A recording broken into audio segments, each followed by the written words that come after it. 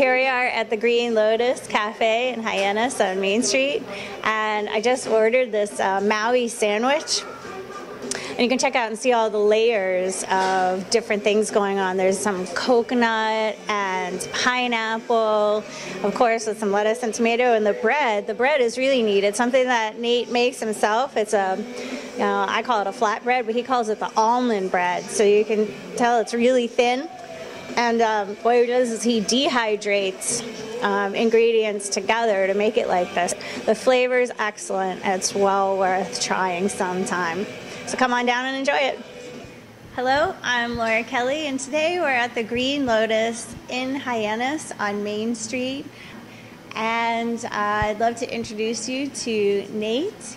And could you tell us what gave you the idea to create this name, for starters? We chose Green Lotus. Green symbolizes eco-friendly and more vegetarian, and then Lotus symbolizes new beginnings. Everyone knows Lotus kind of grows from the bottom of the muck of the pond and kind of blossoms into a beautiful flower on the very top. So nice. Yeah. So that was the creation of your mission, pretty much. Yeah, I mean, in the very beginning, we really didn't have a mission. We just kind of did everything minute by minute, hour by hour, and this is how we've got everything. Together. Yeah. Nice. So are you a Cape native? Yeah, I grew up in Dennis. Oh, you did? Mm-hmm. Did you go to culinary school? No, I didn't. I left when I was 18 and joined the Marine Corps. Went out to California for 13 years and fixed jets and welded on ships, and got out and lived in Austin, Texas for a year, then moved back here and opened this place. Wow, a little career change, huh? Yep. You missed food when you were out there? No, I mean, food is great when I was out there. I missed food when I came back here. The food choices on Cape are deplorable. It is true. Yeah, it's really neat that you have such a, it's a unique specialty kind of restaurant. Your ability to combine not just 2 or 3 things, but 5 or 6 things in one sandwich, a roll-up or whatever, that to me makes this really, not just healthy and good for you, but also tasteful and fun. What kind of quality, can you tell us a little bit more about the food itself? Well, we make everything here from scratch, including the bread. The wraps I get from Cambridge, so, I mean, everything just starts out as a vegetable and ends up as a finished product here. I try to buy as much organic and local as I possibly can, but being a business, you have to do what's necessary for the business, but I would say we're around like 90-95% organic and local. That's great. That's great. Tell me about your, you have a type of bread that's my favorite. But they're really thin. Almond bread. It says ground almonds, sun-dried tomatoes, zucchini, apple, herb de Provence, marjoram, lemon juice, olive oil, and flax. And it's just dehydrated until it's really, really thin. It's dehydrated. Oh, it's so good. And you have this pineapple, Maui. Oh, yeah, the Maui. Pineapple relish, coconut bacon, avocado mayo, lettuce tomato on the 7-gram bread. It's a pretty popular one. That's my favorite. It's so sweet. You don't find something tropical, especially in the wintertime on Cape Cod. I love it. And you also have like a line of coffees and teas and soups. Yeah, all organic, non-GMO, fair trade, locally roasted from beanstalk and Eastham. Nice, good, good. And so when did you open the front section? It'll be 2 years at the end of March. And then this one? We just opened on Monday. That's amazing. So Nate was able to extend the size of the restaurant to how many more seats are there? We've done 2 renovations in 2 years. So we've gone from 18 to 50 seats, and we redid the entire front of the house over there, all brand new equipment. We started off with all 30-year-old equipment. Now we've got pretty much all brand new equipment, all of them the first 2 years. Wow, that's great. So. Congratulations, you guys are doing all right. What do you have for, equipment in your kitchen? You got any special baking ovens or? Not really. We don't really have anything. We don't have a stove. We've got a 30-year-old French oven that we use for bread and muffins and cookies, but it's probably going to last me like 3 or 4 months. I'll have to switch out to a new one. But as far as like our soups, I cook everything on 2 tabletop induction burners. We have no stove at all. We have 1 table. We do all our prep, all our cooking. We do everything on 1 small little table. Wow, that's great. So, good for you. it's been a bakery for like 30, 40 years, so hasn't been really designed to do, Kitchen. cooking. Yeah. Yeah, good. And what about your, utensils? Are they recyclable? Everything is compostable or recyclable. By the end of April, nothing will go to the landfill from this restaurant. Everything will be composted in West Falmouth or recycled. Wow, So including the cups, spoons, straws, lids, soup bowls, you name it. impressive. So Good forethought. it's really not hard to do. It's actually cheaper to do it too. Yeah, you hear that? We can all get inspired by what you're doing. That's and can you imagine the impact if we all did it just a little bit better, a little bit more? We'd have a lot of really awesome compost around here. And that too, yeah. If a restaurant can do it, so can we, right? You made a really comfortable space here for everybody. We try to make it more comfortable. Most people would come and get their food to go. A lot of people really wish that we had the additional seating. We just didn't have it because there was a business in here prior to us taking it over. And they decided to relocate, so we snatched it up pretty quick and did the renovation in about a month. And we added a second server station for the summer. We'll be doing acai bowls and fast juices, fast smoothies, more quick options, and extend our hours until like 8 or 9 at night. Nice. For this side, not the sandwiches. You guys are open breakfast, lunch? Breakfast and lunch, yeah, from 7:45 to 4. 7 Monday days? through Saturday. Monday through Saturday, Yeah, not I'm Sunday. here. I'm still here on Sunday, prepping, but we're not open. From Maine. That's all melted wax. Wow. Painted all. Those go for like $300 a pop, so they're expensive. Yeah, a lot of labor in that. Yeah, Amazing. they're pretty incredible. So if I had some more artwork that was like this, I'd be more inclined to hang it up here. I'm punching 2 holes in the wall around between those artwork there, so you can open it up, but we have to do that on a long weekend. Sure. Well, I'm really impressed what you've done with this space. I looked in, I don't know, months ago. Maybe you were thinking about it, and I was good luck. Yeah, in the summertime, we only make one burrito in the summertime. If there's a line, it's the Main Street. We'll make 20 of them. It's like, this is what you're getting. Nice. It's better than standing in a long line. That's not a bad idea. Most people, when they go out for breakfast on the weekend, stuff like that, they want eggs and bacon or ham, or they don't really look at like oven baked eggs as being like healthy or good, or having nice cream, fresh vegetables in the burrito. They think it's going to be like bad, and they try it. Like, this is the best thing I've ever had for breakfast, and then we usually get them as a regular for breakfast. Right. So, and the new breakfast menu that's coming out, it's even better. The new menu comes out in a month, which should reduce wait time by 75%. Takes away some of the bad sellers. Still good sandwiches, but they just don't sell for whatever reason. I'm putting some really popular specials on the menu instead. So, should be good. Nice. So you hear that? For those that aren't vegetarians yet, come on over and try some. You'll be surprised. And we have, like the guy from Cape Cod Magazine, stated, drives down from Quincy on a regular basis. Called me this morning. He's coming down Friday for 2 gallons of split pea soup and 3 dozen cookies. So he drives from Quincy. Nice. That says a lot. And Yeah. Yeah. You've got gluten-free options, right? yeah, no, we had some pretty heavy-set Italian guys come in from an old Marine Corps buddy of mine who works in Boston. They came down. They all had seitan sandwiches. And they didn't know it was a vegetarian restaurant before they came in. They asked me where I bought my meat. And I was like, I make it. And they were swearing up and down that it was real meat, that it wasn't seitan. It's like, no. Good job. Still a lot of apprehensive people come out. Money's tight in the winter for a lot of people. A lot of people, when they are cold, they think they have to go out and have something heavy like meat or pasta or something like that. And it's counterintuitive how your body is really supposed to work. Your body will do better with a lighter meal. You don't need the heavy carbs when it's cold out like people think they do. Yeah. So. Yeah, very true. And if you want carbs, being vegetarian and getting your carbs is really easy. So most people who turn to vegetarianism or vegan in the first place really don't know what they're doing in the beginning, so they always turn to pasta or bread or that kind of crap. And so they overdo the sugar, they overdo the starch, they overdo the carbs, and before you know it, they've gained 15 pounds, and they're malnourished, and they're discouraged, and then you lose them as a vegetarian forever. So it's really not that hard. So.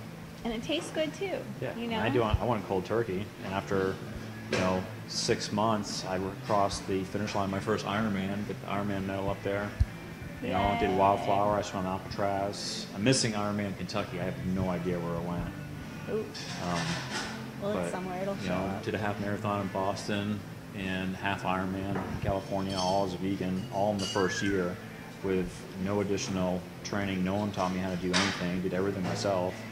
And I brought some of my favorite books and brought them in here, so people can, kind of read them too. But be inspired. It's really not that hard. You just have to want to do it. Yeah. So. Yeah. It's changing habits, shopping habits. I went from purchasing. 185 pounds, and in 6 months, I crossed the finish line. My first Ironman, I was 134 pounds, and I finished like 800 something out of 3,000 in my first Ironman. It was Coeur d'Alene. It's like the third or fourth hardest Ironman in the entire world. It's all hills. Wow. And I had a lot of fun. It wasn't hard at all. I mean, it was hard. It was 13 hours of pure race intensity, but it just wasn't hard. Even as a vegan, to that point I still didn't really know what I was doing. So, but it's not hard to figure out. All you have to do is ask someone, or read a book, or use common sense and figure it out. So, but we're getting asked to speak a lot. Supposed to be speaking at the Brewsters Ladies Club here pretty shortly. I'm getting interviewed by a kid called Healthcare. I'm getting interviewed by a lady who's graduating from community college, doing an interview on entrepreneurship. Nice. Which a lot of people think that we have like a business plan, stuff like that. We wing it every day. I winged it when I opened it up. When I bought the place, I didn't know I was going to buy it at 2 o'clock in the afternoon. I had no idea what I was doing the first day I opened. I still have no idea what I'm doing. You're doing all right. Yeah, no, we just make food that I know people are going to really like, and I make sure we don't lose money on it. So follow the rule of thirds pretty much, like every restaurant does. So if it costs $4 to make something, and it costs a little bit extra for someone to buy it, to me it's worth it because the quality of the product is there. I mean, you can go to Burger King, McDonald's, you can get a burger, a Coke, and fries, and it's the same price as like one of my sandwiches, but you gotta forget that this is a huge mega corporation that have their own dairy farms, their own meat farms, they're growing their own potatoes, they're putting their own cups by the trillions, right. And they're still making $4 or $5 off this crap. And I'm making half of that. So, and I'm here at 5 o'clock every single morning, and I leave here at 6 o'clock every afternoon. When I get home, I'm still doing research. Everything here is me. I have employees that make the food during the day, but I'm the marketing department. I'm payroll. I pay bills. I make the food. I've got no personal life. I go on vacation once a year. I go through socks like it's no other because I'm on my feet all day long. So that's the difference. Dedication for you, for our community. So we're going to take advantage of this. It's right here. Well, a lot of places they'll come in. The place opens at 10. They get there at 10. My place opens at 7:45, and I'm here at 5 because I have to make all my stuff before I open. If I came in at 7:45, I would have nothing to serve. Right. So I don't buy my stuff from other people. I make it myself. Great quality. That's made out of love. Well, even if I wanted to buy it from someone else, I couldn't because there are no options anywhere anyways. So, and the options, even the processed food nowadays, more and more people are becoming vegan and vegetarian. The options you have in the grocery store are still pathetic. I mean, it's all processed food. It's super heavy sodium. It's no different from buying the Hungry Man, processed TV dinners. It's the same exact thing. It just doesn't have animal products in it. So you're still poisoning your body the same way if someone is eating meat. So if you can't identify the food or you can't pronounce the food, then you shouldn't be eating it, period. So agreed. Yeah, and it's not hard to do. Like most places wouldn't, make their own iced tea. They buy the bottles, and we have the bottles because people like the green tea, the Assam, You know, there's like 4 or 5 different varieties, so I can't brew 5 different kinds every single day. But I do brew my own black iced tea every single day. And in the summertime, I'll go in the machine over here, and it'll be like $3 bottomless drinks. I mean, it's like it's not hard. You're brewing tea. Yeah. You know, like with like tea leaves instead of like tea extract. Like you look at Nestle's iced tea or Lipton iced tea. You look on the back. There's no tea in their iced tea. It's tea extract. And like my mom had gotten a sample at the grocery store, and I had tried it, and like couldn't believe how bad some of this processed stuff tastes when you haven't had it in a long time. But it's flip-flopped the other way around. If you're constantly eating crap and you come in and you eat fresh food, it tastes different. People are not used to eating fresh food. They've been so conditioned, especially around New England. And it's definitely up and coming, especially in Boston and Cape Cod. I'm seeing some more places open up that are starting to do it right, but it's not how it's always been. It's always been a tourist community where everything's fried, everything's salted, everything has to come from the ocean. You know, it's pizza, it's pasta, it's subs, I mean, it's Chinese food, I mean, Greek, I mean, you name it. That's what our options are.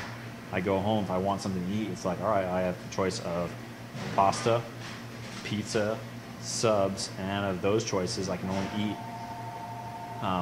cheese, pizza, if I bring my own cheese, you know, a vegetable sub that is like pre-shredded lettuce. You can't even shred your own lettuce. I mean, it's like, you know, they're more about like making the money instead of about the food. And like San Diego and Austin, Texas, I mean, money is the end game. And I wouldn't be here if I couldn't make myself a living. I couldn't support myself. But I'm here. I make like $2 an hour if you figure it out at the end of the day, the amount of hours I work. But I'm here because of the food, because no one else is really doing it. Some other places are doing it, but they're doing it with meat, and they're doing it, you know, pretty well. But there hasn't been anyone to really step up and really do a really good restaurant that just uses plants. Like even in Boston, I'm having a guy drive down from Quincy for split pea soup. You don't think you could find vegan split pea soup in Boston? His exact words were, there's just nowhere to eat in Boston. You have some of the places that are up there, but they're geared towards, you know, like the college students, fried, sugary, baked goods, and it's got the term vegan on it, so it must be healthy. And in turn, they're really just feeding the vegan fad instead of really doing what needs to be done. That's supplying, you know, actual food instead of the sugar-laden crap that's killing our country. Well, good of you to bring this to us. Are you ever going to do any sort of education? Well, I have no formal education myself, so I don't really have a leg to stand on. You know what you're talking about. Yeah, I know what I'm talking about, but I don't think I could, you know, give a class on food. I've got, you know, no PhD. I don't have a degree in nutritional training, so I can't, if someone comes in and says, oh, I'm like fatigued, what can I have? I'm like, well, I can tell you it worked for me, but I can't diagnose your problem. I can't supply you, you know, vitamin therapy at my cafe, because then if you get groggy and, you know, crash your car on your way home and they link it back to me telling you should have this, that, the other, it's a lawsuit. It's a lawsuit after lawsuit after lawsuit. So, yeah. Well, you are giving so much of you here without getting into education by sharing well, I've got the food and I've got the book, so between the two, you guys can. Yeah, it's beautiful. We're so lucky to have you in this community, and your specialty, you know, is really unique. It's really unique. You can tell you're passionate. You're really passionate about it. I wouldn't get up at 4:40 every morning if I wasn't. Every morning, including Sunday. And if you can do it, anybody can, right? Yeah, it's kind of like that. It's really simple. It's really not that hard. It's not. You know, the menu's not big at all, and but putting a couple of things, 3, 4, 5, 6 different, you know, textures and flavors in one sandwich, and it's still simple food. You know, you don't walk out here feeling like, oh, you know, like Thanksgiving, I gotta go lay down on the couch for 3 hours, I'll do the dishes later. You know, you actually have energy. Guilt-free after they get done eating. You don't feel weighed down. Yeah. I think food is supposed to give you energy. I mean, that's why we eat, right? Yeah, I mean, most people eat so much food and it's so heavy during lunch, it puts a burden on your body. So instead of energizing, you're weighing your system down. You're spiking your pancreas. Your pancreas putting out a crap load of, you know, insulin because it's seeing all this food come in and doesn't know really what to do. And in turn, insulin makes you sleepy. So you eat too much food, you just get tired. Yeah, you're going In reality, through you the should be eating ups and downs. lighter foods with higher in glycogen, because your body can metabolize the glycogen a lot faster than it can like carbs at lunch. You should be eating heavier in the morning and lighter progressively throughout the day. Yeah, that's a tough one for most people right there, in and of itself. Well, thank you so much for sharing some time with us and our community, and come out when you can and taste it for yourself.